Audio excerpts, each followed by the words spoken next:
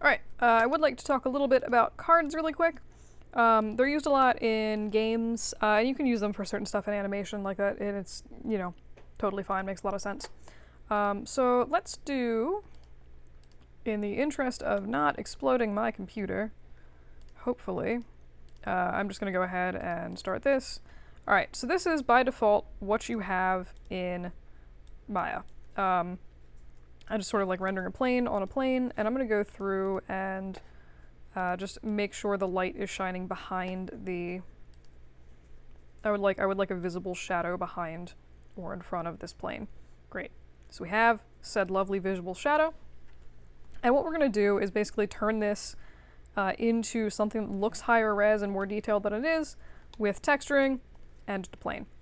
So the basic premise of this, it's really simple between Arnold and Redshift. It's like pretty much the same process. For Arnold, you want to go through and look in the... Where am I going? The Geometry tab. So you can do a few different things with this. If you're like, cool, make it clear, you might be inclined to turn on transmission, but what that's going to do is treat it like glass, right? Like you can see the refraction of the side of this, and that doesn't really make any sense for what we're doing. So what you want to do is go down under the Geometry tab and map in opacity here. This is going to behave much more like you would expect it to, so if we put like a checker texture on here, this is that delightful thing where you need to... I wish there's like a... Oh, refresh render? No. For some reason that never works for me because I'm cursed. And or I have attached this into the wrong place. We're gonna find out. But like actually this should be doing something.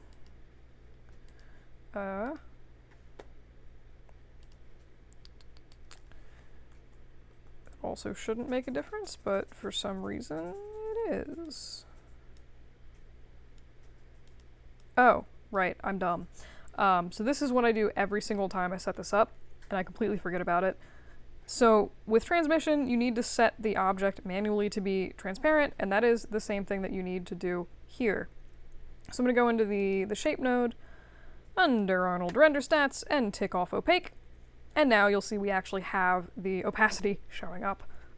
Every single time I forget it, and it makes me sad, and it sucks. But yeah, so you can see we have this nice sort of weird shadow. You can see through the object. I'm going to do this so I don't blow up my renders. And this is the basic premise of cards. So basically with whatever that opacity shader is, you then are able to go through and mess with the rest of the settings for this. If you wanted to, you could make like, a Chrome preset. Which looks very, very strange. That's Chrome. Chrome is very hard to see. But you can do, basically anything where you don't map it off. It's like procedural texturing, where if you don't map it off, it's just going to default to whatever the basic texture for that particular, slider value, whatever is. So this becomes really powerful, not so much for making like weird checkerboard grids. You can actually use this to make like chain link fences and stuff like that. Thin wire grates over things like mesh grates. This is really, really good for stuff like that, where it doesn't make any sense to model that. It's just like, just grab a quick texture online. It makes so much more sense. But what you can do with this is map in file textures basically to create additional fun looks. So I went on textures.com and they have some, if you search for like Magnolia, they have like a bunch of free textures. It's just going to use those because they exist. And let's see if I can actually find, okay. So we have, this is all the basic like different textures we have, and they give you like the alpha maps and all this stuff, different settings to make these look really nice. So I'm just going to grab the albedo diffuse texture, throw that on. And hopefully it'll actually render. If I'm ever so lucky. I should probably turn opacity all the way up. Great. And I'm just gonna... What did I do? Oh, I had like a weird... Shoot. I put like a weird preset on this, so there's like other weird settings on here.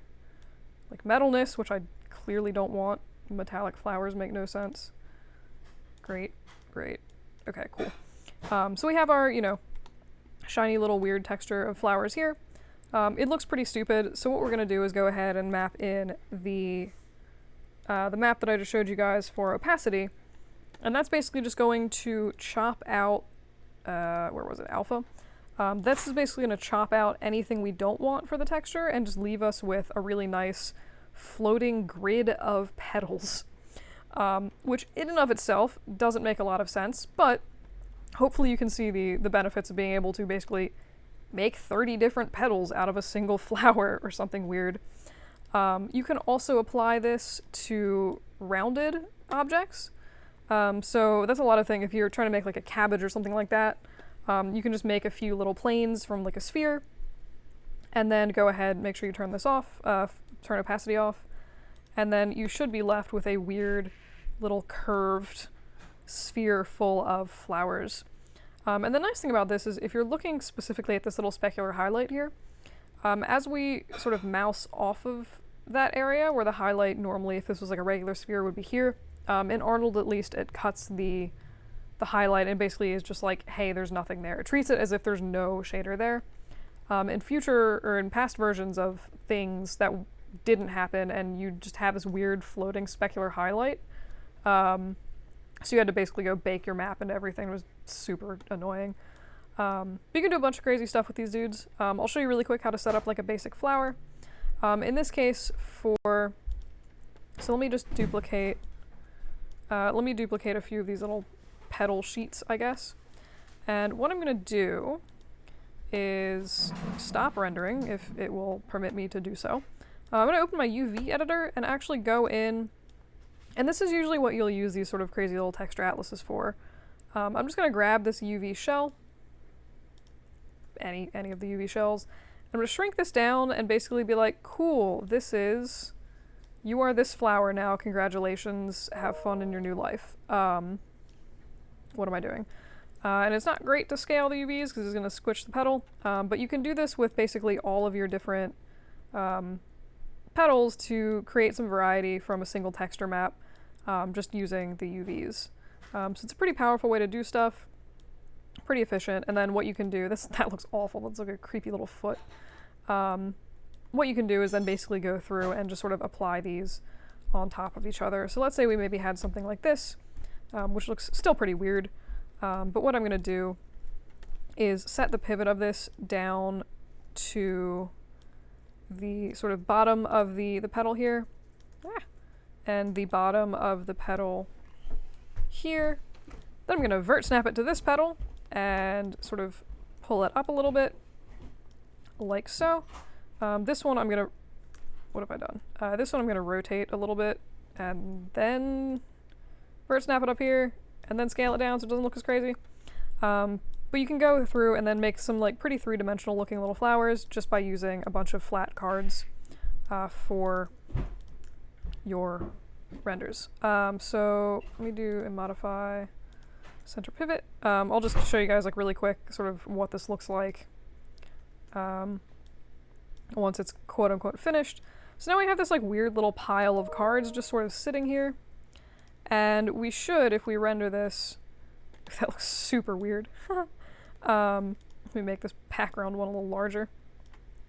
But now we have this little pseudo three-dimensional looking flower where no matter what angle you look at it, it always looks a little bit kind of nice. And obviously if you took more care in actually setting this up, not like a crazy person, it would look even better than this. But like I said, usually it is really nice for making flowers and stuff like that. So I'm going to show you really quick in another video a way where you can use polypaint to basically generate flower geometry for you and then just sort of slap on a, what am I going for? Slap on a card texture onto that to make even nicer looking plants.